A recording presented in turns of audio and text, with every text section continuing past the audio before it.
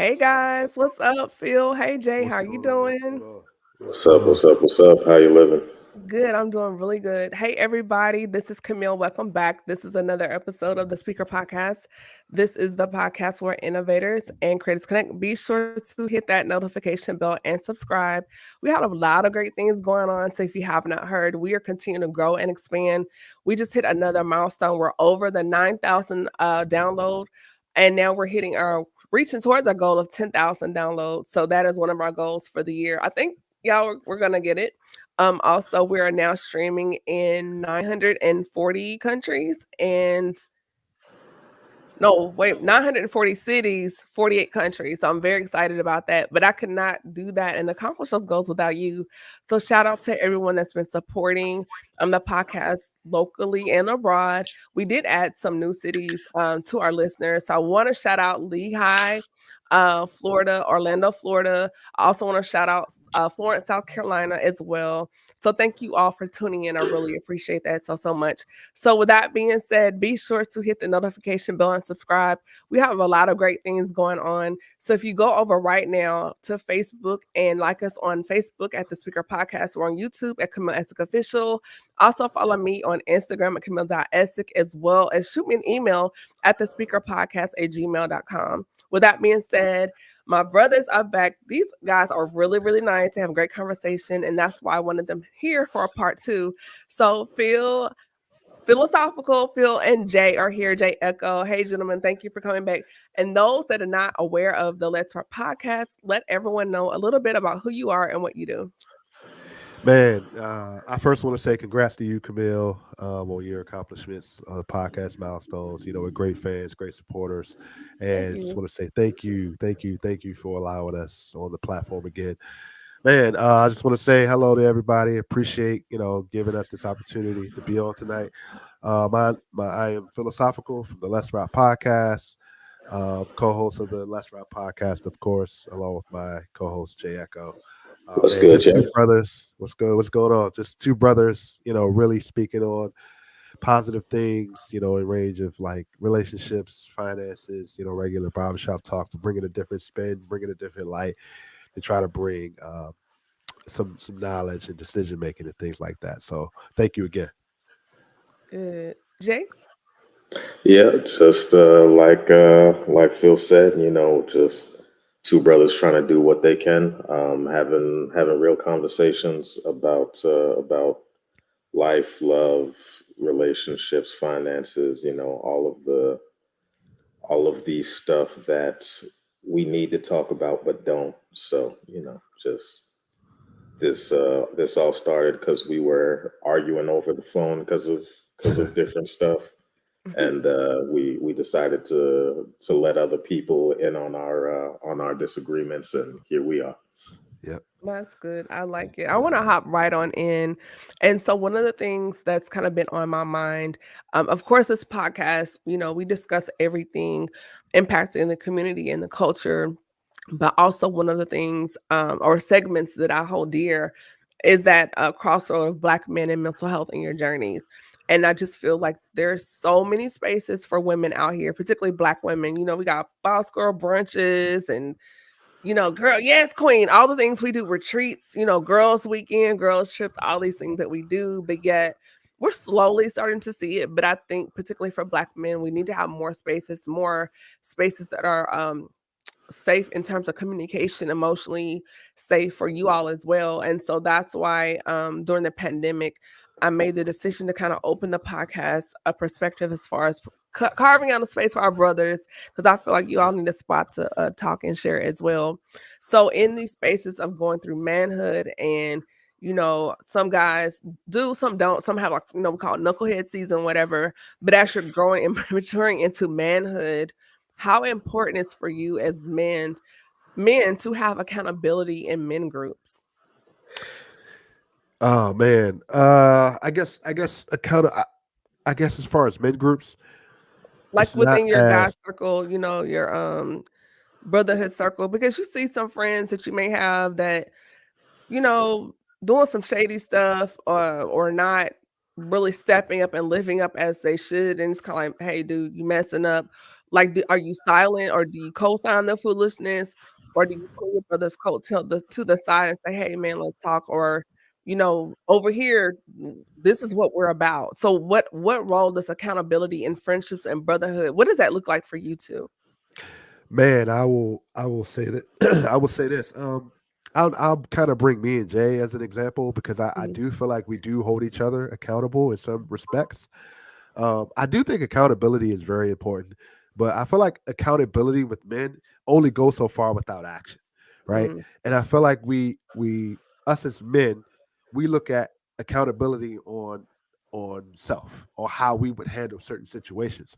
And I know for me, I'm learning every day that accountability is just because I would handle a certain situation some way is not uh, talked about to my brother or Jay or any other normal man that may be going through an issue that they would do it the same way. So I think accountability is a way that we have to be able to enter that brother's shoes, his skin, kind of understand what he's feeling, what he's thinking, to kind of really step in and say, look, man, what you doing and what you thinking, or giving a man different options, giving them different alternatives, because sometimes that's what we as men want. We don't want to be told the direct way of how we would do something, but kind of be relatable and given different options on it. So I feel like accountability is important. It's very important. It's important within our group, our community, relationships. Right now, me dealing with, my father, I feel like it's very important that accountability does matter. It's just the way how it's perceived. Jay? I will. I agree that accountability is important, and but I will say that accountability can sometimes look different Mhm, depending on how close you guys are, like people are as friends. Yeah. A lot of men don't actually have close friendships, so they don't have people who will actually hold them accountable. So Mm. it's something that's necessary. Like it's always good to have that person, who is like, hey, yo, man, I just need to talk to you about X, Y, or Z, and they can be real with you and say like, hey, this is what it is. But like Right. Phil said, also give you different options. Like, yeah, I see where you're coming from with it. This is what I would do, but also these are some other things that you could do. And then Yeah. also be honest enough with you to just be like, yeah, what you're doing is stupid. Like you need to rethink the way you're going about it. It's mhm, if you're not close with the person who's telling it to you, you don't really take that advice seriously. mm, And now you have people who are, because it's so you know it's so uncommon in amongst us. You have people who are like paying for accountability, like going to camps, going to groups to get that from outside because they don't have it. So it's important, and we need to find ways to create it for ourselves. But definitely having that second, third, or even fourth opinion is always helpful. yeah. So why don't men have many close friendships, or why is that a thing with men? Because men don't want to know the truth about themselves. What? A They little don't both, the yeah. truth about I'd themselves. say I'd I'm say curious. some. Like, no, my curious is Pete. Like, why is that though? Because it seems like women, we have sister circles, or that's my girl, that's my sis, and we open up, we share, we communicate, and even if it's ugly, we bear our truths to each other. We tell each other about each other, but it's like we want that. We want that safe space where we can just kind of take off the mask without judgment. Like, girl, But so for men, that's not the case. I'm just curious, like, So why would I, you so not want we that? we need it, but we don't want it. I think that's what it is. right. I would go even deeper. It's like it is like, we don't want to know the truth about ourselves. But I feel like there's such an emotional, like, I agree. Women do want to kind of talk to themselves because I think there's a relatability there. Women tend to can relate to certain situations. I think men, there is a potential that they can relate to certain situations, but I feel we are so stubborn and so like defensive, and we're so like can be in a place where it's like we don't want to feel vulnerable or Mm. feel like we're being judged. So that's why I feel a lot of men can't trust a lot of men and hold them accountable because there's men don't trust men, and Is there are that valid because of the reasons. image of wanting to be the man type thing, or is Men, that men are constantly in go mode. Men are constantly trying to figure out how can I get over this hurdle, right, without having to expose myself for it. You know what I mean? Or, Mm, or get emotional, get vulnerable, because we're constantly thinking about the next thing. Not a lot of men are kind of thinking deeply on, okay, how can I not let this happen again? And really articulate and use your resources and talk and communicate to where, you got to hear the hard truth as men. We got to hear the hard truth because what one man tells us, our trusted circle, we don't necessarily think about those things. So I feel like it's a lot of pride, man. It's a lot of ego. It's just we as men, we're blind, man. We're blind.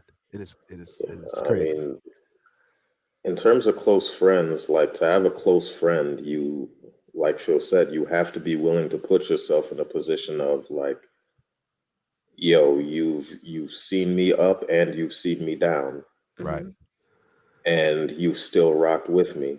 So, like, so I rock with you. Like that has Right. to happen. Also, like a lot of men, they develop their relationships through problem solving. Like if we solve a problem together, if we work through something together, then like, all right, I may not like you, but at least, I know if I have a problem, I can come to you with it, or we can work through stuff. So it starts there. If I feel like I can trust you to help me solve a problem, that's where we'll start developing that friendship. But Mm. even if you help me to solve a problem, if I don't like you, then I'm not going to go any further than I know this brother can help me solve a problem. I know this person can help me, move forward, whatever the case may be. mhm, But That's a good point. beyond going like after you've solved that problem, it depends on what problem you're asking somebody to solve, right? Like if the problem is, hey, yo, man, I need a mechanic. Then it's like, oh yeah, just go to Carl on Fifth, and he got you. All right, cool, bet. Or is it, yo, man, my marriage is falling apart and I don't know what to do, and it's like, all right, come through and I'll Yeah. show you what's going on. But I don't it's think enough of that's going on. yeah, Yeah.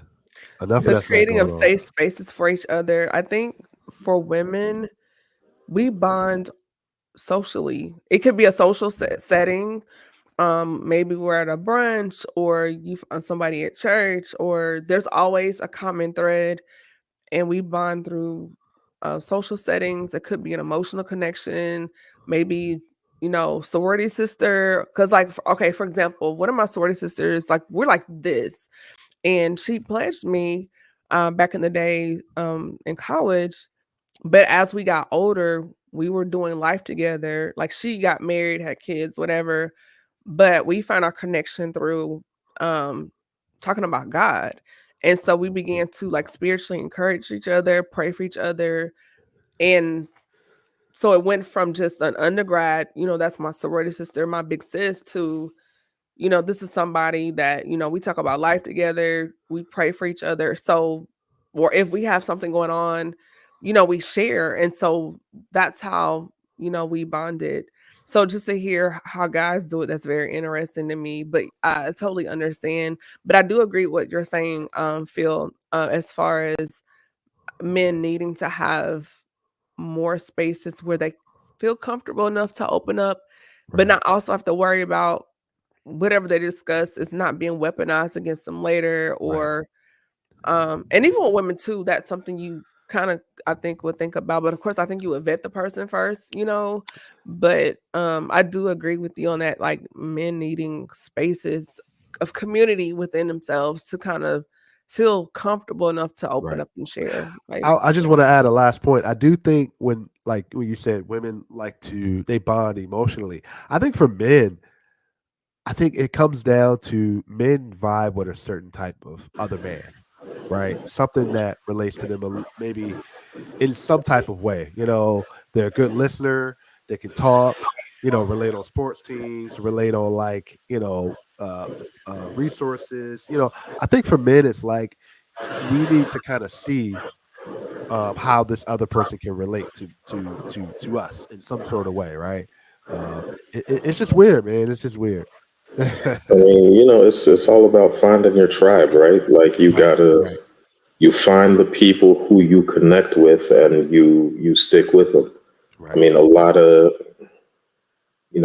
don't get me wrong. I think the world is expanding and globalization is a thing and all of that sort of thing. But I Mhm. think we're also seeing that within all of that, a lot of people are sticking to like Yeah, finding their own people and sticking with them.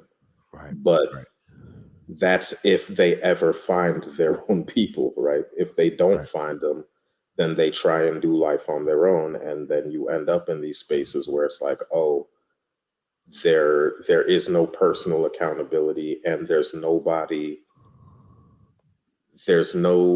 sure we're like, I mean, we're all talking heads on the internet, but we're right, not people who have personal relationships with the people we're talking to. right. So, you don't have anybody who has a personal relationship with you who is looking you in your face and saying, like, yo, you're messing up, or yo, you should go this way, or hey, you have a problem, let's work on it together. It's not that. So, it's like I said, you got to find yours, Yeah. Do you even all seek though those things out? I'm sorry, go ahead. no, it's fine.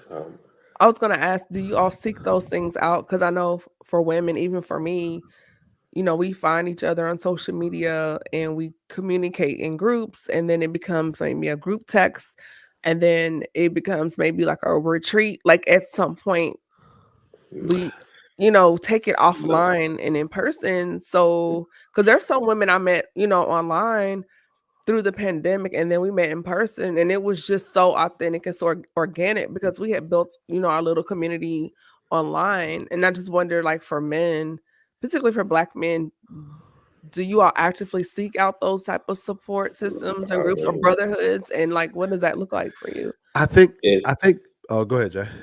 I was gonna say we do seek it, but it looks different, right? Like, Yeah. and this is so the way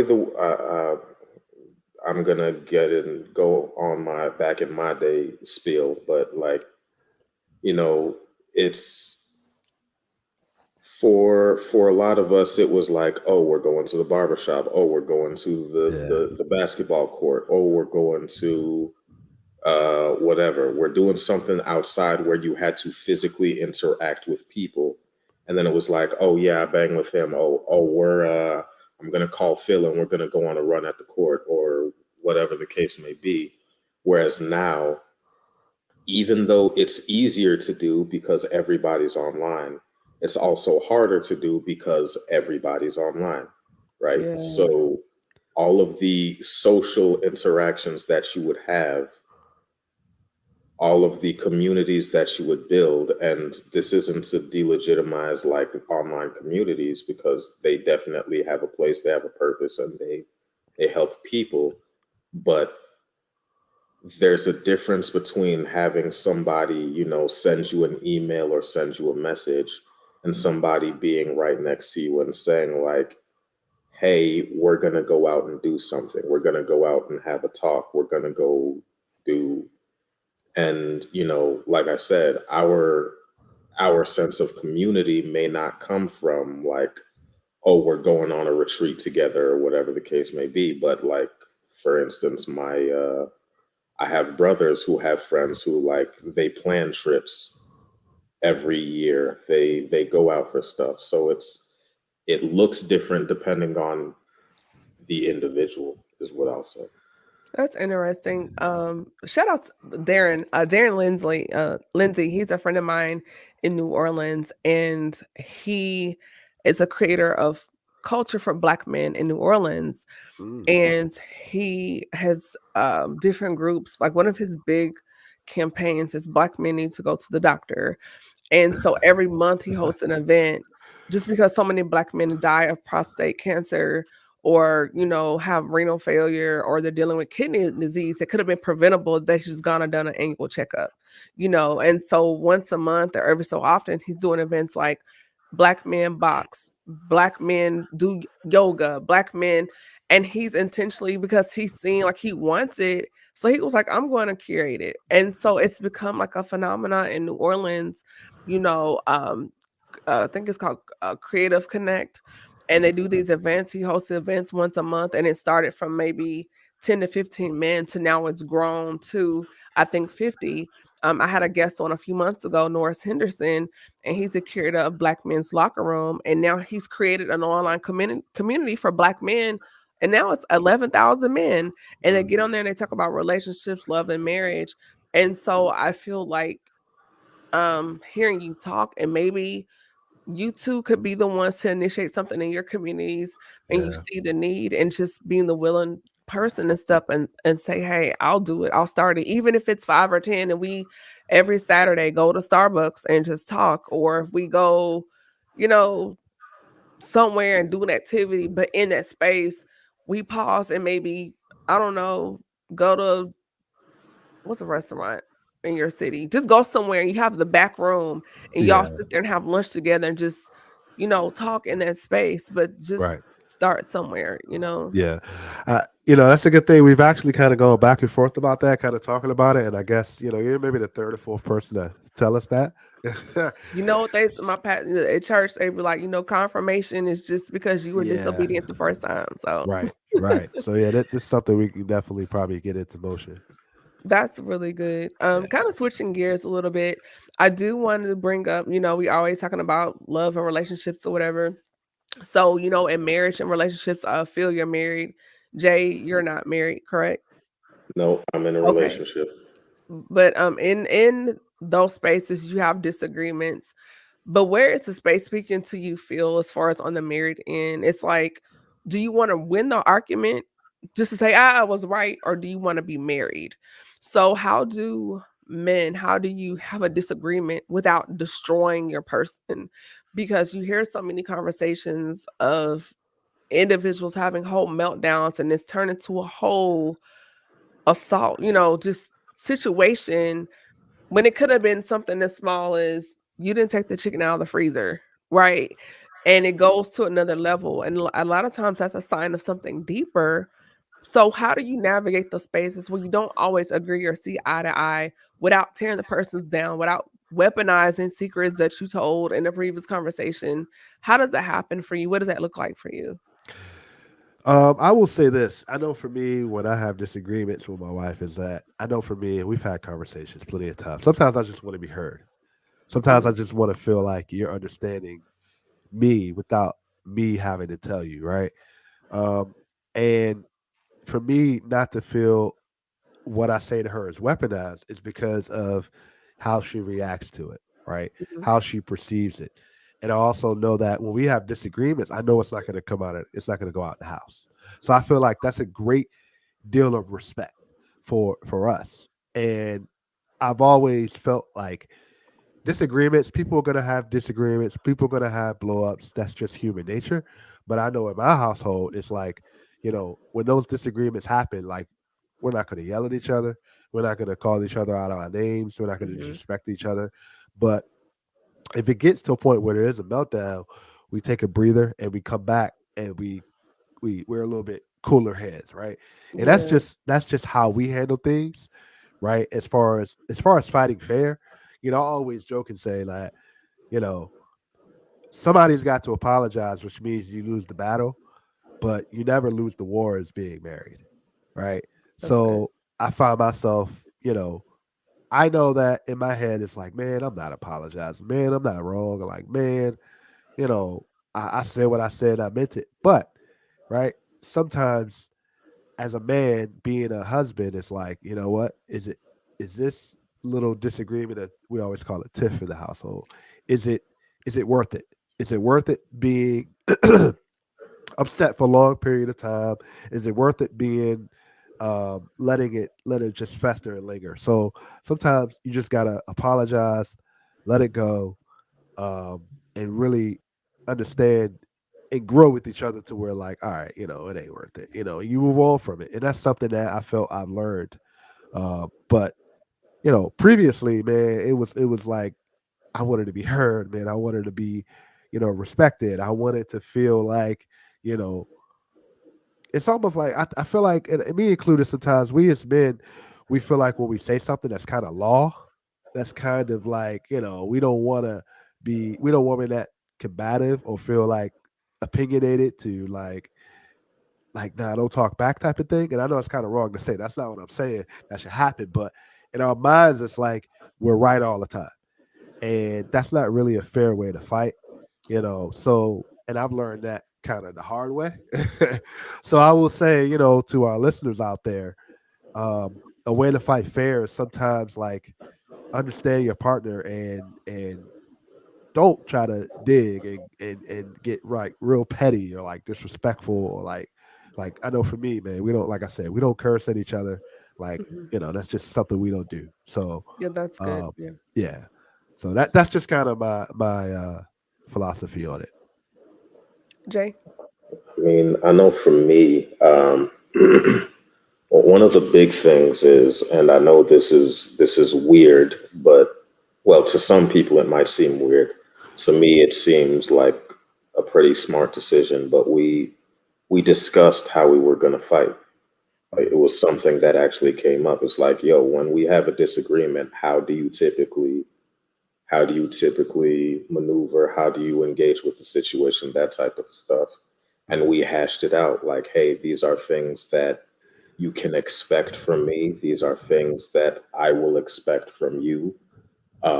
These are lines that we're not going to cross. That sort of like we had that discussion. mm, And to this point, at least, we've managed to play inside those lines without too much issue.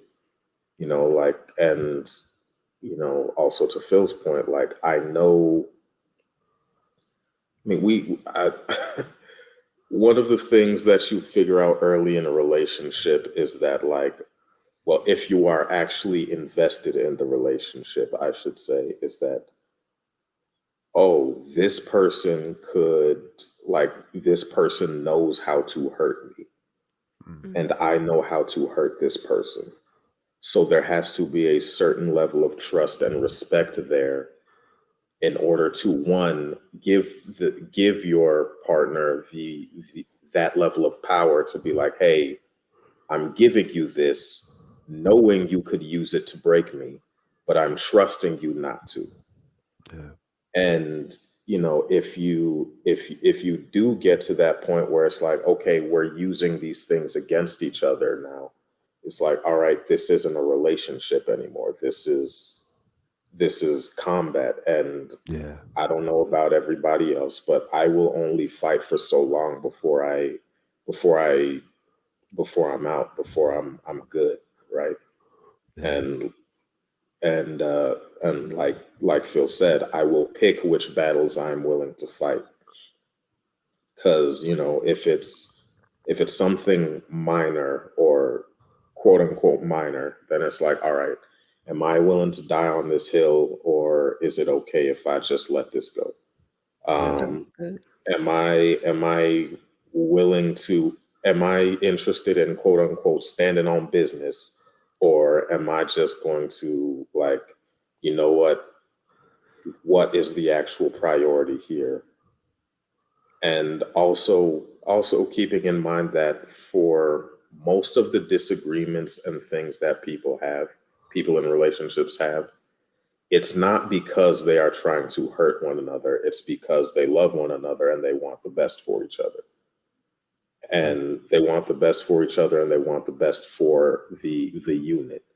And that you may have differing opinions on how to get to the goal of that unit, but most of the time, at least me, I go in not believing that whatever's going on is malicious.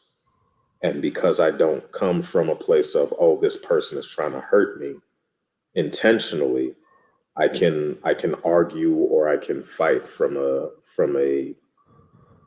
I won't say comfortable place, but a less, aggressive place, because it's like, all right, let's get to a solution as opposed to I need to win this. That's good. I like it. 'Cause when you were saying that, Jay, I was thinking like it is good to discuss if we were to disagree. What are the rules? What are the boundaries? What are the deal breakers? What do we consider below the belt? And touching on what Phil said, I absolutely agree with the whole profanity thing. Like that's a no for me. And if it's you're at that point now, we're at that threshold of the gray area of disrespect, you know? Yeah. And so, I absolutely agree with that, and I like both of y'all stances as far as, um, knowing the person and realizing if you really know them, they're not coming from a malicious place, and sometimes it's just, um, not seeing the other perspective or the other vantage point. And like you said, if it does get to a point where it's getting heated, hey, time out, everybody in their separate corners.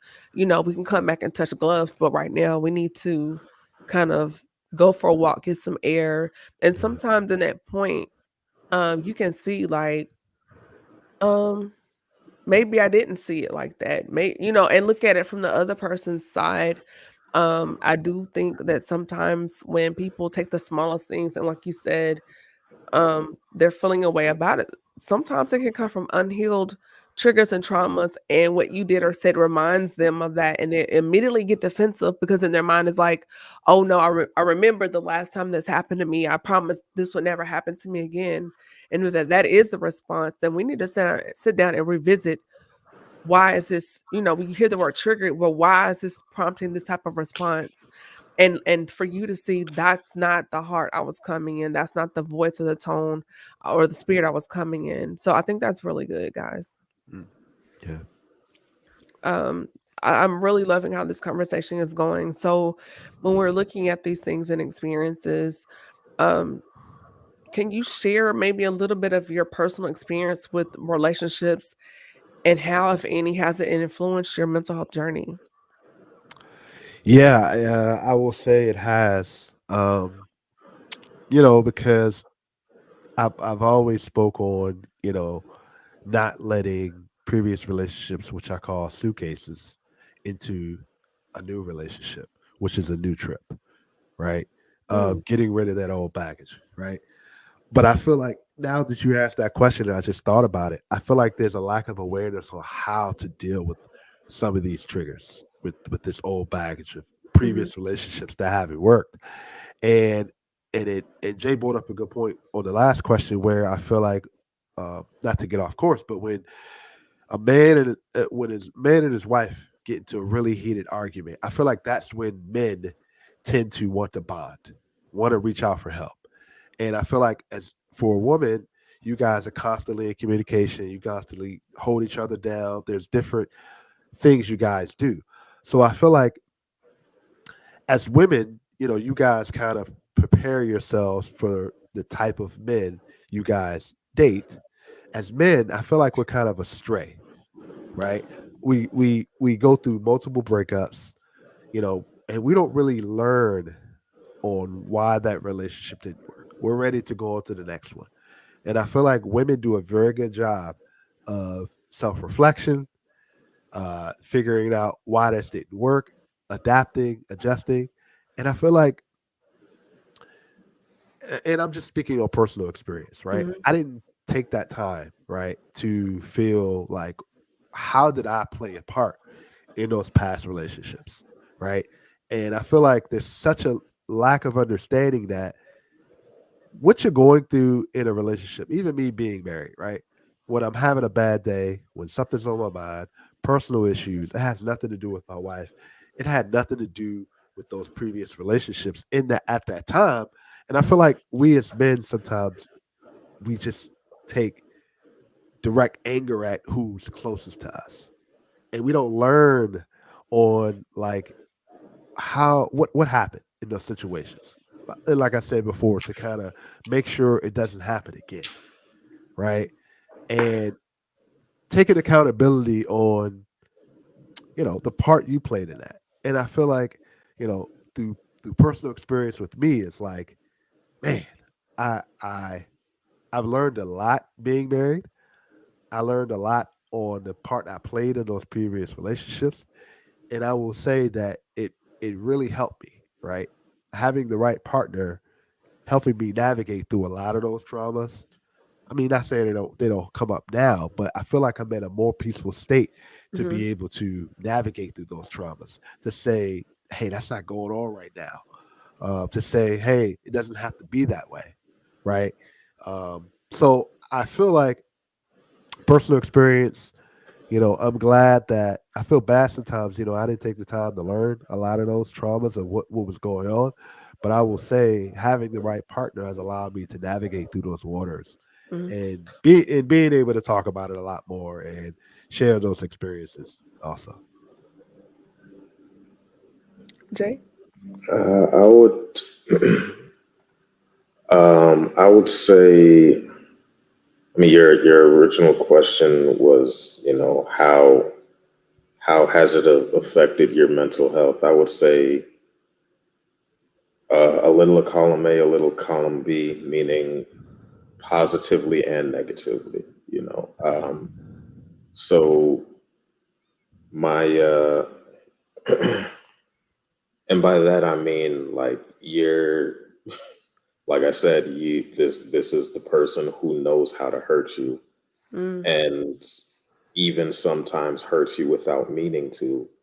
So there have been times when it's just been like, again, knowing it's not malicious, just being like, oh, that hurt, and why just this person has the ability to lay you low with not even on purpose, but just doing what they are doing for themselves and doing what they think is right. And Mm-hmm. then also they have the power to like lift your entire day just by being who they are, and it's complicated because those times where they lift your day and it's just like, oh, this is my person. It's dope, it's great. But then there's also those times when it's just like, yeah, this is my person, I guess, Yeah. and we just we just finna rock. But it's there's you take the good with the bad, right? You acknowledge, you have to acknowledge the good with the bad, and like Phil said, you can't take there as human beings, we're always going to look for patterns and commonalities and things between different people and experiences and all of that sort of stuff. It's why we've survived the way we have for however many billion years. But that ability to you know to look at a person and be like, all right, you are different than this person who hurt me before, or you are different than, I'm in a different place than I was in this situation. But also having the wisdom to be like, you know what, no, this is exactly where I was before, and I know I don't want to be here again. It takes some discerning, like it takes some discernment to figure, to juggle those things, and it also sometimes takes an outside perspective, going back to our accountability Mm-hmm. conversation, to be like, hey, yo, that's not where you want to be, my guy. You need to Yeah. go. That's good. I like that. And just as we start to wrap up, I just have one more question with you, for you all, from the man's perspective. We hear this Yeah. term "soft life," right? And you hear a lot of people screaming, particularly women, they want a soft life, and we hear the word provision, and we think about money. But when I hear the word provision, I think of it bigger than money. It's more than just that. That's a part of it, but provision, as far as what a woman needs, you're looking at emotional security, you're looking at spiritual security, you're looking at physical security, you're looking at, psychological security. There are a lot of other things that encompass for women what is security, even in fidelity, knowing that, hey, if you take a business trip, I know you're not, doing something wild and crazy. And so when we encompass the word provision, um, flipping that thing around, what are things in terms of provision that men need in a relationship? Mm, Oh man, that's a good question. You know, that's a good question. I think I think it kind of, that question kind of wraps up a lot of what we talk about, Mhm. tonight is that I think men need a space to be able to kind of be themselves, Mhm. but also be able to feel like they're taking care of their partner, their woman. I.e., I feel like men need to be feel they need to be appreciated a little bit more. Okay. I feel like men need to feel like, you know, when I feel like they want to be understood when things are out of their control, like personal issues, like family, career, just that low mental space. I feel like they want their partner to kind of be in their space a little bit, but What does don't. that look like? What does that space look like? Man, it's different. Like sometimes just It varies. uh, it varies, man. Just if we want our space, like just like for me, video games or like watching TV or just studying or reading something, just being there, right? Just sitting there in the presence, not necessarily, you know, like asking a bunch of questions, how you feeling or anything like that, but just being in that moment, being in that presence. I feel like that's a small sense of intimacy that I feel like is sorely missed. I feel like that's why men feel like in relationships when things are not dealing with their partner, they tend to feel alone in dealing with certain things, Mm, right? And they tend to feel like they don't have anybody to outlet to or vent to or feel or even speak to feel like they're not being judged or feel like they're being understood. So I feel like, just being there, just and just I think I know femininity is a big word today, right? yeah. But I feel like that's not the only thing men need because I feel like just that warmth, just that caring figure, just that way of feeling like at any moment, like, hey, you have a moment, can I talk to you? This is how I'm feeling. Yeah. You give them that attention, right? I feel like men aren't being heard. There's still this stigma where men is supposed to kind of just handle it on their own. Mm, And that's not necessarily the case anymore. So to answer your question, I feel like men just want to kind of feel they can be themselves, they can be playful with their partner, they can still have their space to know, but also know that they can reach out to their partner. Uh, a open door kind of, I call it like an open door policy. We have that joke around here, open door policy. You know, and to feel like they can be heard and talked to and respected. And it makes me feel like I have that every day, so it makes me feel even more excited to come home, right, from a hard day's work, or even when I'm home and personal stuff is going on. I know that I can speak to my wife, right? I can she understands, right?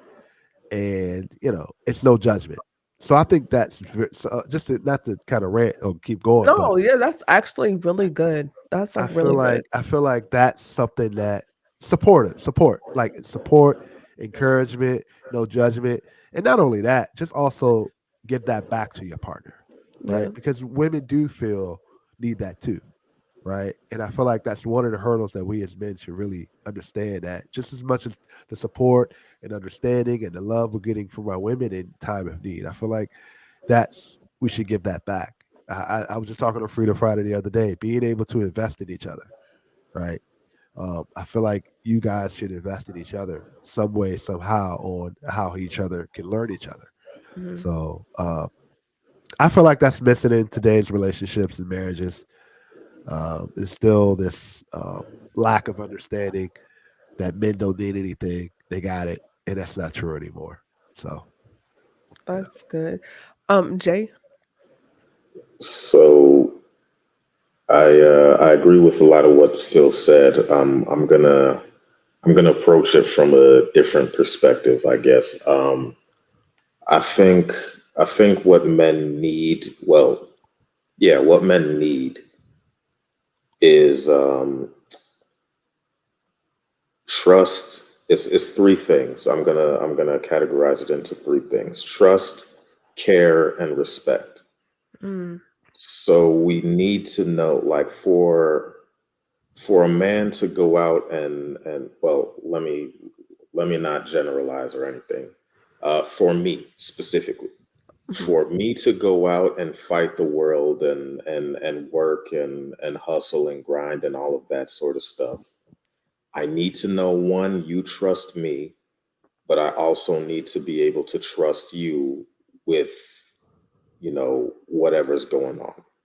I need that from you so that, like, I can go out there and fight and make mistakes, which I will, and all of that sort of thing, and know that, responsibly, of course, and know that even if I do come back home busted up, messed up, all of that sort of thing, you are going to take care of me, mm, right? And that's where the care part comes in.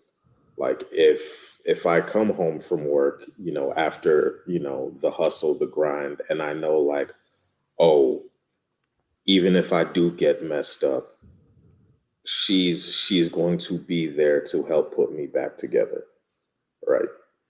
And yes, there are times when we do put too much or a lot on our partners, and that's men and women. But being able to trust that, okay, they are going to be there to do that if the time comes, is a big thing. mhm, Being willing and able to do that is the second piece of it. Like, hey, I mean, and I know a lot of women will, going back to the soft life idea, a lot of women will say, like, oh, I don't want to cook for my man, I don't want to clean for my man, and all of that sort of stuff.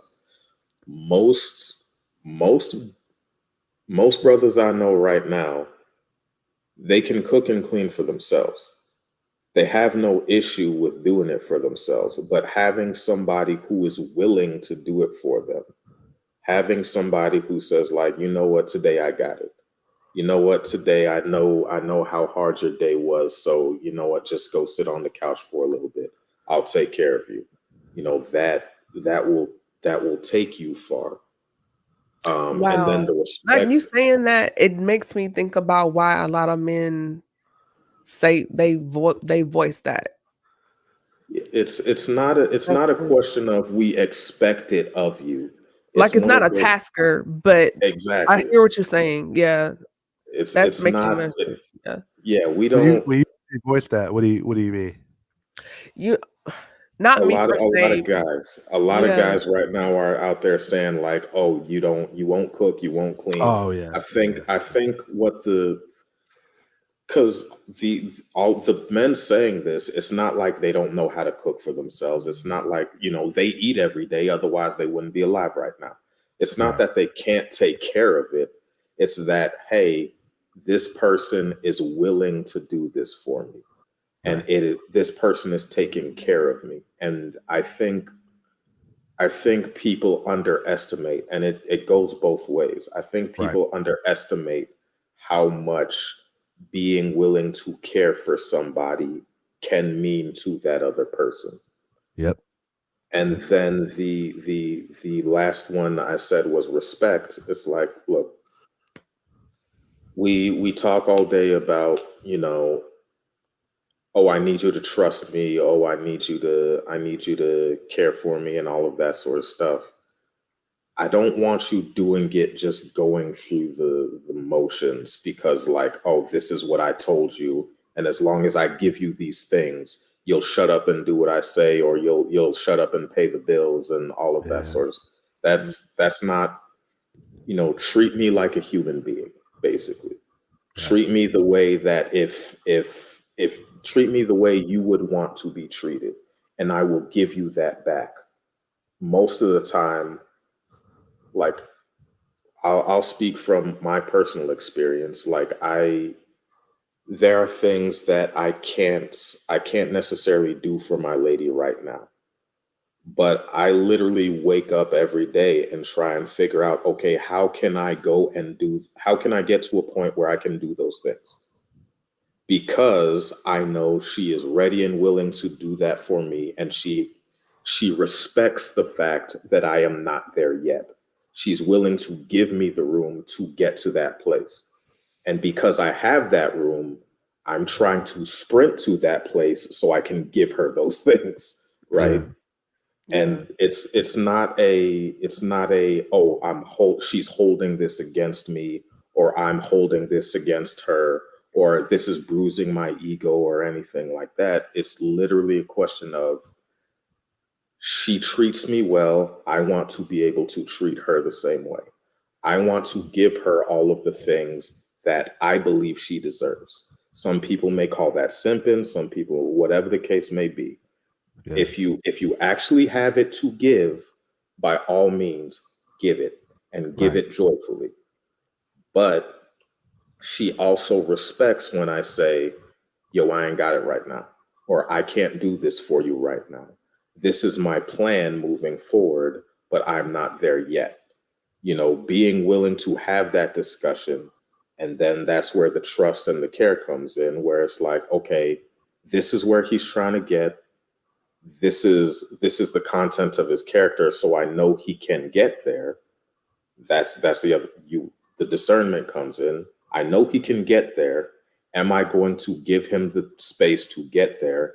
And am I going to if am I going to treat him as lesser than, or her as lesser than, because they are not there yet?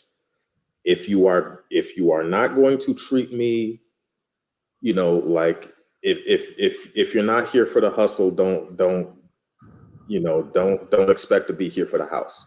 Yeah. That's But isn't Yeah. that the that's what beauty it of is. it is the building and the growing, the progressing? I think that's the whole to me, that's the beautiful part of the story. Like a lot of people want to meet their person and already be there, but I'm like, but you miss this amazing journey. And I just hearing you talk, it made me immediately think about my grandparents. And so when they got married, my grandfather, he didn't have a pot to pee in. He was broke. But he told my grandmother, like, hey, if you stick with me, I'll make this up to you. And she could see him, but she could see the potential in him, and she rode the wave with him. And so when he made his first $1 million, he upgraded her wedding ring, house, did all the stuff, but it wasn't about the stuff, but she saw the vision, the dream, and just him as a person, not because of what he had. Like she was telling me, like when they were first married, they're both deceased now. They were married for 52 years. But when they were married, their first couple of wedding anniversaries, she was like, we were so broke. And they called me Mealy. They were like, Mealy, we were so broke. We exchanged fruit and peppermints. They exchanged apples and orange fruits. They were that broke when poor, when they got married. But their journey was so beautiful, and to be able to experience that as a child and hear the stories about, what they went through, in the early years of their marriage. Like even today, I still wear her first wedding bands on my finger. You can't even see the diamonds; they're little, like but it's just to me, I wear them, I never take them off. It's just a testament of, you know, their journey. But it's just like for you to say that, I was thinking like, yeah, that's so true. But also meeting that person um that sees your heart and sees like, Yeah. that's a great guy. And he might not have all the things right now, but that's a good man, Savannah. I don't know if y'all saw Waiting to Exhale Yeah. and Yeah. Savannah's Yeah. mom was on the phone. That's a good man, Savannah. Yep. So Yep. we're gonna end with that. I definitely want to do a part three. I enjoy talking to you both. It's always such a great conversation. So as we begin to wrap up, do you gentlemen have like any takeaways or any like nuggets or gems for the listeners and viewers? And then also where people can find you on social media. Man, I will say, just kind of that last question you pointed out. You know, I think you mentioned about people want the instant gratification. People Mhm. want to meet their partner where they're already at. Um, I will say this: every person has a journey, um, and it takes a lot of trust and kind of looking within at that person to acknowledge the type of person you are and the type of person that you're looking for. If they have a vision, if they have a journey, trust them, right? Support them, encourage them, invest back into your partner, right? And I feel like that's what's missing, right? Everybody wants to get to that millionaire status in year one, right? And it, marriage, dating, relationships, marriage, it's a marathon, man. It's a journey, right? In marriage, yeah, you may marry good, but there's gonna come a time where real life hits. How are you gonna react to it? And I'm telling you this because every day as a man, and I know a lot of men don't like hearing this, right? And I feel like that's one of the reasons why we don't bond because we as men we don't want to learn the hard lessons to kind of progress, and that's kind of the reason why we stay stuck in the same place that we're at because we don't want to progress, we don't want to advance, we don't want to listen to other men who kind of go through the same things, right? But they're going through a cycle, they're in a cycle, and we wait till the end of the road to try to reach out for help, and it's too late sometimes.